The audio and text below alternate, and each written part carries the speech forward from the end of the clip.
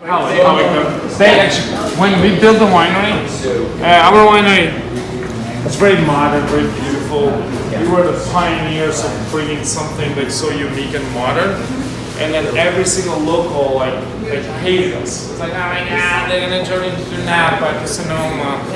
7 other wineries, 7 other new wineries went to our designer to get the same design. Well, no, that besides that we built a beautiful winery, but we built it in a green environmental concept. The wine is built in an east-west axle. Winter time, when the sun hits us on a kind of like a 45 degree, it helps us warm up the building so we can consume less energy. In the summertime, when it's like 90 like perpendicular, we produce energy for the community. We donate 11 months worth of energy to the community. And one douchebag called us, called us IKEA, or I was like, really? Just because it's modern? So you want me to build like a dark room where you go like, hey, try this crap wine and you can't see what it is? I was more transparent. I was like, yeah, those are my wines. Here is the tasting room, and you've seen it, like all like bright, top to tail, walk in, walk out, kind of thing. And very Mediterranean, very European style. It's transparency and grapes and winemaking and style inspires me.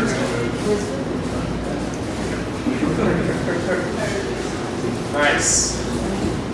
What do you think so far? First sip, there you go. If you don't like it, I don't take offense.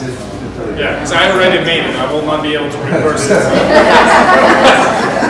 So you're not here for an experimental test to prove phase 4 of a medical. We already made it. It's approved. Hello, welcome. Hi guys. May I start with our Barbera? My pleasure, miss. Barbera, an Italian grape, grown originally in the Piedmont region of Italy, right below the country that starts with an F. Next to Italy, France. But brought to our region as late as 1800, 1896 during the California gold rush. My missus came to California. First was planted not far away from here at the Monticello Winery in Virginia. Professor Massi, the one that discovered the Verrazzano Bay in New York. So his family made wine in Italy, and when he came to the United States, he brought cuttings and started a nursery in Virginia, when it was the first ever to plant Italian grapes. So there was database, but they didn't come to California through that way. I guess they never brought it that way. It came through a different route from Shenandoah Valley. Hence why our region today is called Shenandoah Valley of California, because when the first migrants that arrived there, whoever like had left this side of the United States, when they arrived there, the mountains in the valley resembled to where they came from, and they named it Shenandoah Valley of California in honor of the Shenandoah Mountains, where we are here. Stylistically, our region, if you describe it from a climate perspective, it's a Mediterranean. So warmer days allowing the grapes to ripen. We don't have a ripening issue, so we're not afraid that the grapes are not going to get to the maturity. Actually, we're quite the opposite. We're sometimes afraid that they're going to overripe. But because of our valley is in between 2 mountain ranges, on the west side, coastal side, is the Cascade Mountains, and then on the east side is the Sierra Nevada Mountains. Create this like cone. The Sierra Nevadas go 10,000 feet, Cascade about the same one, and we are started 1,500 feet. So we don't get those burning early morning suns, neither the late afternoon suns. So once the sun overlaps us and goes down, our temperatures drop significantly. Like the diurnals are 35 to 40 degrees in certain times, allowing a perfect phenolic ripening. So when sun is too much, it concentrates the sugars, and then you get like this like fruit bombed, jammy. It feels like you get slapped in the face by the wine instead of like drinking that. So yeah, that's why it makes our wines a little bit more unique, like Mediterranean style. I talk a lot. If you want to ask, I would happily respond. If I don't know it, we'll ask my friend Chad, GPT. That's what my daughter told me. She asked me a question like, Dad, what is whatever, like historic question about the United States. I really don't know. And if I knew it, I would say it wrong. So I was like, well, let's ask the chat.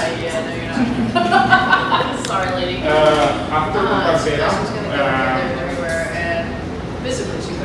would you like me to wait and we do it like a seminar together, or like I'll continue and people catch up? So I'll, like some people have come here, so I'll start pouring and talk about the wine. Gabe, I might need another Cab Franc to open. I'll do it.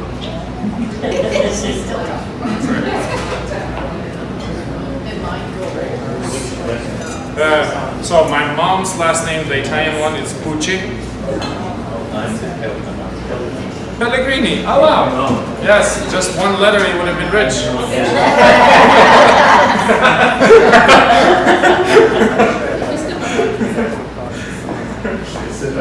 I worked actually in high school. I worked for them going into restaurants to bring the Pellegrino wine bottles back. They paid a lot for me by beers. So we're going to move from one of my favorite Italian grapes to one of my favorite French grapes. And both geographically, this grape grows very well as well. You know where you guys are. I might need to open another bottle. So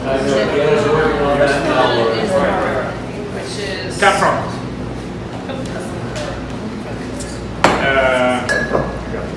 I have funny stories about Cab Franc, so it's hilarious. So I apologize to the one I haven't poured yet. So for those that know, Cab Franc gave birth to the most popular grape that we consume in today's. So Cab Franc and Sauvignon Blanc went to a pub, had a beer together, and gave birth to Cabernet Sauvignon. So Cab Franc is historically grown in two major regions, but two different styles. The Cab Franc from Loire Valley, Chinon, it's more of this kind of style. And then the Cab Franc from Bordeaux, which we will try later, it's more of a blending component. So I use Cab Franc in two different wines. Luckily, we'll go back to that. So Cab Franc from cooler climate. Cooler climate means that Cab Franc takes its own sweet time to ripen. About 100 to 110 days. This vineyard is planted at 3,200 feet elevation in volcanic soils. So the Sierra Nevada mountains, through tectonic movements and volcanic movements, have created these layers of soils that can go from like decomposed granitic soils that are rich in iron, and then we have lots of Josephine series that's like a high basalt, like black soil, similar to what you find in Willamette Valley. And when vineyards are planted in those soils, they retain what we call it acidity.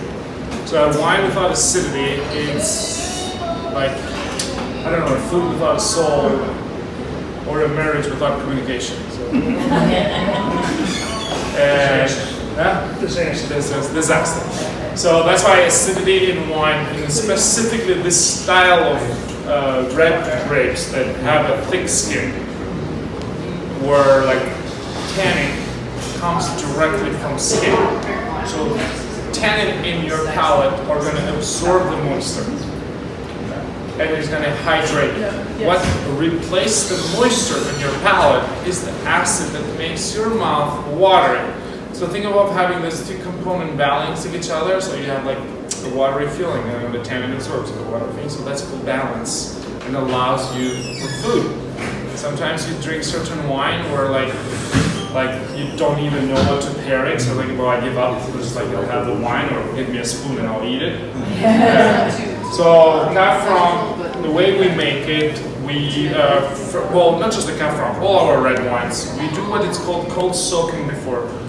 To walk you through the process, fruit get harvested at night, arrives at the winery usually at 7 to 8 a.m., sometimes 9, and then get transported directly to tanks that are cold, like cold soak, lower down the temperature. We want to stop any growing, any yeast activity. So because we want to control it. And then we leave it like 48 hours, up to 48 hours. And that as well allow for the whatever crush that happened during transportation to stop the fermentation. And if it starts, we can check it and make sure that, oh, we like it, how is it going? And then we save it to inoculate it. And if we don't like it, and then boom, we stop it and we re-inoculate it. And then we crush the fruit, goes back to tank. We ferment under temperature controlled environments. For beer lovers, did I pour everybody Cab Franc? Perfect. So beer lovers, cold fermentation versus warm fermentation is the difference between making an IPA and making a lager or a pilsner. When you ferment cold, you slow down the yeast, so you extract as much flavors as you can from the skin. When you ferment warm, the yeast and sugar, they like over-process it. But when it's like when this process is such a fast pace, the nutrients on the wine are not enough to feed the yeast to have a healthy fermentation and arrive at a point where the yeast I gave up. And then it becomes like stinky, like stuck fermentation, or I wish there was a way to replicate that, but you will tell you certain times when wines are like so stinky because of that stuck fermentation. But when you slow it down, the yeast has the happy life and makes wine that are aromatic and perfumey, balanced. Overall, the wine gets aged for about 18 months in 25% to 30% new French oak. The oak on this wine brings secondary notes that are comparable to shaved pencil and graphite, to umami, mushroomy, forest floor, like decomposed leaves, and then cigars, like that tobacco roll. I'm wearing most beautiful cigar bullseye right here. And yeah, so that's like this. And then the classic Cab Franc notes, which are like herbal, sometimes like roasted bell pepper notes, but not too big, not too pungent, and gammy, like that wild. Lorenzo, would you mind if I jump in? No. So, I don't know if anybody here enjoys stuffed peppers. Perhaps one of the greatest pairings I could tell you is to take Lorenzo's Cab Franc with a stuffed pepper, and if you don't want to do it yourself, go to Costco. They make a great stuffed pepper. So, what Lorenzo was saying that I love about Cab Franc, it has that wonderful green edge to it without it being harsh. And if you go to France with Cab Franc's going to be, especially the Loire, is going to be much more herbal. This has got that balance that makes Cab Franc special. But Cab Franc can come in many different styles. But if you love to do chimichurri or, like I said, stuffed peppers, not too much better. And by the way, I didn't introduce Lorenzo to all of you, so this is Lorenzo. He is the owner. I don't know if we went through all of that, but anyway, and I learned something fun. I don't know if any of you know anything about what it's like to get a Michelin star. He opened up a restaurant when he was far younger and was able to get a Michelin star at a very youthful age, which kind of tells you how he goes about his wine. So almost costed me my marriage. And as you go through the wines, Vanessa is our new micro baker. So she's got a bunch of her sourdough breads. Feel free to grab a piece with butter, olive oil, and feel free. I just want and I forgot to do this because all of a sudden it all came at the same time. And bathroom's back left hand corner in case you need anything. Water's up here, but have fun and I'll let Lorenzo take over. But like I said, for me, every time people, Vanessa's not here, but she knows that, I start to taste wine, the first thing I start to say, what am I going to eat? So I mean, I make that way. So Lorenzo's wines to me are always, I mean, yes, can I drink them? But gosh darn, as you go through them, food comes to mind. So as you go through them, enjoy and have some so fun. much for saying. It's so true. When I make the wine, when we're assembling the wine, I don't make the wine as fruit making wine. During harvest, all I'm doing is a janitor. I'm cleaning tanks, sanitizing tanks. But when the wine is fermented in the tank and then we are putting on the barrels, that's a process for everything. They go through 6 months left alone. Like in April, we enter what we call it the conclave. We go back to taste 5, 6, 7, 800 barrels, and then we start what is called assembling the wine. And because even the Cab Franc, it's like a portion of that, it's aged in this barrel, that barrel, this barrel, that they all have bring an identity. And then every time I put the wine, it's like, what would I pair that wine with? Or what would I eat with this wine? I never made a wine that I said like I can't pair with anything. And most likely, if I made that wine, I hate it. So, and that's the one that sold the most, probably. It's California. Everything they want, post-Coca-Cola generation, I call them. All I want is everything to be big and massive. And luckily for me, I'm not that style. So we're gonna take a detour on the wine list if you have on your sheet. So we tried the first one, it is Barbera, the second one is Cab Franc. Two varietals focused exclusively on the brightness and acidity.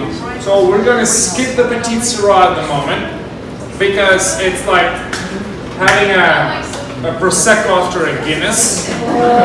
And so let's just skip the Petite Sirah to the end, which you will love it, enjoy it, but it's like the nightcap. We're going to go to a blend that I truly love it. It's called the Curse of Knowledge.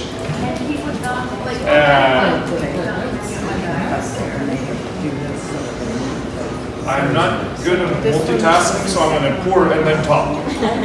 Because if I pour and talk, then I'll spill all over. The first one and the third one. Yes. Yeah, I feel like glass. He said we're skipping the Petite Sirah. Yeah. No, we're postponing it. We're just detouring it. And we're getting the curse Yes. or the old vine? Curse. Curse. Yes. The Curse of Knowledge before, and then the rest. So look at Cab Franc, like the one you have there. Which year is that? 2023. And what year do you think is the best time? I mean, if I had to, I will respond to you in two ways. One way, whenever we send the wines in the market, they're ready to drink. Now, would they benefit with a little bit of age? Absolutely. And it all depends on you, what you're trying to get out of the wine. If you want something fresh, brighter, and then drink it now. If you are in the mood for like umami, potpourri, earthy, and then wait up to like that acid and that alcohol, it's like 13.5% alcohol, 3.5% pH, 6% TA. That wine can age 25, 30 years, easily can age. Now, what would you get after 25 years? It's a completely different product that you have right now. So to deliver the profile that you want, though. 5 to 7 years. 5 to 7 years will start evolving. On top of 2023. Yes. But because of a Mediterranean lifestyle that I choose, I prefer Drink it.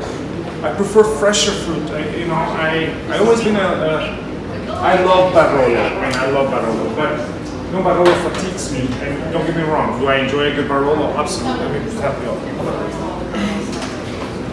Do I enjoy a good Barolo? Yes, but would I drink Barbera I would rather drink 2 bottles of Barbera than over a bottle of Barolo because I like that fresher, brighter. I always been more of a younger Pinot guy than an older Bordeaux style. And actually, this is a perfect segue to how I envision this vintage and this wine.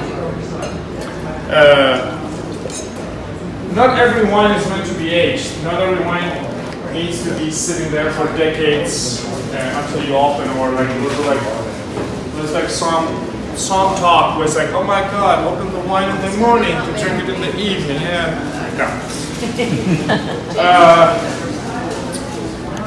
Curse of knowledge is, protest number 1 was that as a pseudo Californian, which I call myself right now, 13 years of living there, I realized to know that once you leave California, a lot of people associate California wine region to cab, wrap kind of stuff. And it pisses me off. Because there's so much more to that. And then okay, I said like, no, let's talk about cab. But the cab has so many bases. So you have like the big, bold, robust extracted cabs that you need a mortgage to get a glass.